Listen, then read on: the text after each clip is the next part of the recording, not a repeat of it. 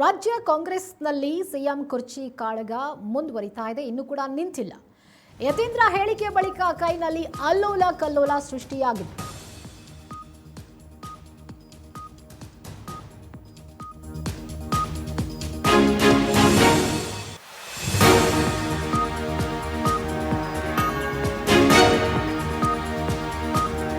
ರಾಜ್ಯ ಕಾಂಗ್ರೆಸ್ನಲ್ಲಿ ನಿಲ್ಲದ ಸಿಎಂ ಕುರ್ಚಿ ಕಾಳಗ. ಯತೀಂದ್ರ ಹೇಳಿಕೆ ಬಳಿಕ ಕೈನಲ್ಲಿ ಅಲ್ಲೋಲ ಕಲ್ಲೋಲ. ನಮ್ಮ ತಂದೆಯೇ 5 ವರ್ಷ ಸಿಎಂ ಎಂಬ ಯತೀಂದ್ರ ಹೇಳಿಕೆಗೆ ಇದೀಗ ಡಿಕೆ ಶಿವಕುಮಾರ್ ಬಣ ಫುಲ್ ಗರಂ ಆಗಿಬಿಟ್ಟಿದ್ದಾರೆ.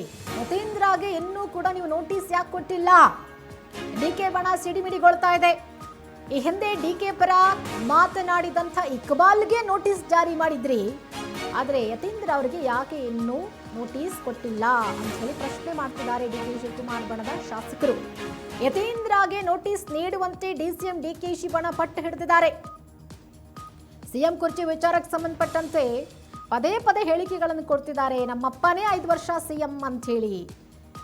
ಆದರೆ ಈ ಹಿಂದೆ ಇಕ್ಬಾಲ್ ಅವರು ಮಾತನಾಡಿದಾಗ ಅವ್ರಿಗೆ ನೋಟಿಸ್ ಕೊಟ್ಟಿದ್ರಿ.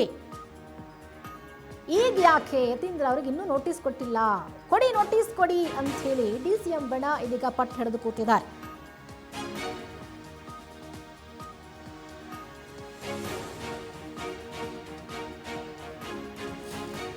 ರಾಜ್ಯ ಕಾಂಗ್ರೆಸ್ನಲ್ಲಿ ನಿಲ್ಲದ ಕುರ್ಚಿ ಕಾದಾಟದಲ್ಲಿ ಯತೀಂದ್ರ ಅವರ ಮಾತುಗಳು ಸಿಎಂ ಸಿದ್ದರಾಮಯ್ಯನವರ ಬಣ ಹಾಗೆ ಡಿಸಿಎಂ ಬಣದ ನಡುವೆ ಗೊಂದಲಗಳನ್ನು ಸೃಷ್ಟಿ ಮಾಡಿದೆ. ಸಿಎಂ ಕುರ್ಚಿ ವಿಚಾರ ಹೈಕಮಾಂಡ್ಗೆ ಬಿಟ್ಟದ್ದು. ಹೈಕಮಾಂಡ್ ಏನು ಹೇಳುತ್ತೋ ಆ ರೀತಿಯಾಗಿ ನಡ್ಕೊಳ್ತೀವಿ ಅಂತ ಹೇಳಿ ಇಬ್ರು ಕೂಡ ಬದ್ಧರಾಗಿದ್ದಾರೆ. ಆದರೆ ಇದ್ರ ಮಧ್ಯೆ ಯತೀಂದ್ರ ಅವ್ರಿಗೆ ಏನು ಕೆಲಸ, ಯಾಕೆ ಮಾತಾಡಬೇಕು ಅವರು ಅನ್ನೋದು ಡಿಕೆಶಿ ಪರ ಬಣದ ಶಾಸಕರ ಮಾತು.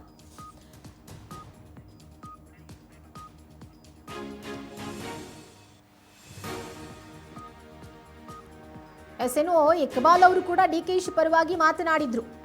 ಆಗ ಅವ್ರಿಗೆ ನೋಟಿಸ್ ಕೊಟ್ಟಿದ್ರು. ಈಗ ಸಿಎಂ ಕುರ್ಚಿ ವಿಚಾರಕ್ಕೆ ಸಂಬಂಧಪಟ್ಟಂತೆ ಯತೀಂದ್ರ ಅವರು ಮಾತಾಡಿದ್ದಾರೆ. ಹಿಂದೆ ಮಾತಾಡಿದಾಗಲೂ ಕೂಡ ಸಿಎಂ ಸಿದ್ದರಾಮಯ್ಯನವರು ತಮ್ಮ ಮಗನನ್ನ ಕರೆದು ಸ್ವಲ್ಪ ಬುದ್ಧಿ ಹೇಳಿ ಸೈಲೆಂಟ್ ಆಗಿರು ಅಂತೇಳಿ ಹೇಳಿದ್ರು. ಅದಾದ ಬಳಿಕ ಎಲ್ಲೂ ಮಾತಾಡಿರಲಿಲ್ಲ ಯತೀಂದ್ರ ಅವರು. ಈಗ ಮತ್ತೆ ಅದೇ ರೀತಿ ಹೇಳಿಕೆಗಳನ್ನು ಕೊಡ್ತಿದ್ದಾರೆ. ಹೀಗಾಗಿ ಎಲ್ಲೋ ಒಂದು ಕಡೆ ಡಿಕೆಶಿ ಬಣದ ನಾಯಕರಿಗೆ ತಲ್ಲಣ ಶುರುವಾಗ್ಬಿಟ್ಟಿದೆ, ಟೆನ್ಷನ್ ಶುರುವಾಗ್ಬಿಟ್ಟಿದೆ.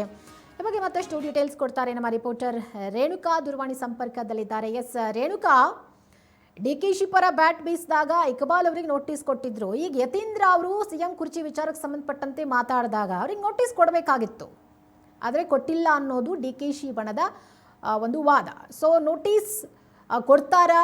ಡಿಕೆಶಿ ಬಣದ ಪಟ್ಟು ಯಾವ ರೀತಿಯಾಗಿ ವರ್ಕ್ ಆಗತ್ತೆ ಅಂತ? ಸದ್ಯ ರಾಜ್ಯ ಕಾಂಗ್ರೆಸ್ನಲ್ಲಿ ಈಗಾಗಲೇ ಸಿಎಂ ಕುರ್ಚಿಗಾಗಿ ಸಾಕಷ್ಟು ಫೈಟ್ ಸದ್ಯಕ್ಕೆ ನಡೀತಾ ಇರುವಂತದ್ದು. ಈ ಒಂದು ವಿಚಾರಕ್ಕೆ ಸಂಬಂಧಪಟ್ಟಂತೆ ಪದೇ ಪದೇ ಸಿದ್ದರಾಮಯ್ಯ ಅವರ ಪುತ್ರ ಆದಂತಹ ಯತೀಂದ್ರ ಸಿದ್ದರಾಮಯ್ಯ ಅವರು ಕೂಡ ಬಹಿರಂಗವಾಗಿನೇ ನಮ್ಮ ತಂದೆಯವರೇ ಮುಂದಿನ 5 ವರ್ಷಗಳ ಕಾಲ ಸಿಎಂ ಆಗಿರ್ತಾರೆ ಅಂತಕ್ಕಂಥ ಹೇಳಿಕೆಗಳನ್ನು ಕೂಡ ಕೊಡ್ತಾ ಇರುವಂತದ್ದು. ಈ ಒಂದು ವಿಚಾರಕ್ಕೆ ಸಂಬಂಧಪಟ್ಟಂತೆ ಈಗಾಗಲೇ ಡಿಕೆ ಶಿವಕುಮಾರ್ ಅವರ ಒಂದು ಬಣದಲ್ಲಿರ್ತಕ್ಕಂಥ ಒಂದಿಷ್ಟು ಶಾಸಕರು ಮತ್ತೆ ನಾಯಕರುಗಳು ಕೂಡ ಈಗಾಗಲೇ ಸಾಕಷ್ಟು ಬಾರಿ ಅಸಮಾಧಾನ ಮತ್ತೆ ಬೇಸರವನ್ನು ಕೂಡ ವ್ಯಕ್ತಪಡಿಸಿರುವಂತದ್ದು. ಹೈಕಮಾಂಡ್ ನಾಯಕರುಗಳಿಗೂ ಕೂಡ ಈ ಒಂದು ವಿಚಾರಕ್ಕೆ ಸಂಬಂಧಪಟ್ಟಂತೆ ಸಾಕಷ್ಟು ಬಾರಿ ದೂರನ್ನು ಕೂಡ ಕೊಟ್ಟಿದ್ರು. ಆದಾಗ್ಯೂ ಕೂಡ ಇದುವರೆಗೂ ಯಾವುದೇ ರೀತಿಯಾದಂತಹ ಹೇಳಿಕೆಗಳನ್ನು ಕೊಡದೆ ನಿಲ್ಲಿಸಲು ಯಾರಿಂದಲೂ ಕೂಡ ಆಗ್ತಾ ಇಲ್ಲ ಅಂತಕ್ಕಂಥ ಬೇಸರವನ್ನು ಕೂಡ ಸದ್ಯ ಹೊರ ಹಾಕ್ತಾ ಇರುವಂತದ್ದು. ಈ ಒಂದು ವಿಚಾರಕ್ಕೆ ಸಂಬಂಧಪಟ್ಟಂತೆ ಇದೀಗ ಮತ್ತೆ ಯತೀಂದ್ರ ಅವರು ಕೂಡ ಪದೇ ಪದೇ ಈ ರೀತಿಯಾದಂತಹ ಹೇಳಿಕೆಗಳನ್ನು ಕೂಡ ಕೊಡ್ತಾ ಇರುವಂತಹ ವಿಚಾರಕ್ಕೆ ಸಂಬಂಧಪಟ್ಟಂತೆ ಸಾಕಷ್ಟು ಡಿಕೆ ಶಿವಕುಮಾರ್ ಅವರ ಬಣದಲ್ಲಿ ಇರ್ತಕ್ಕಂಥ ಶಾಸಕರುಗಳು ಕೂಡ ಗರಂ ಆಗಿರುವಂತಹ ವಿಚಾರವೂ ಕೂಡ ಬೆಳಕಿಗೆ ಬಂದಿರುವಂತದ್ದು. ಅವರು ಕೂಡ ಬಹಿರಂಗವಾಗಿ ಹೇಳಿಕೆ ಕೊಡ್ತಾ ಇದ್ದಾರೆ. ಯತೀಂದ್ರ ಸಿದ್ದರಾಮಯ್ಯ ಅವರೇ ಕಾಂಗ್ರೆಸ್ನ ಹೈಕಮಾಂಡ್ ನಾಯಕರಾಗಿರುವಂತಹ ವಿಚಾರ ಇದಾಗಿರುವಂತಹದ್ದು.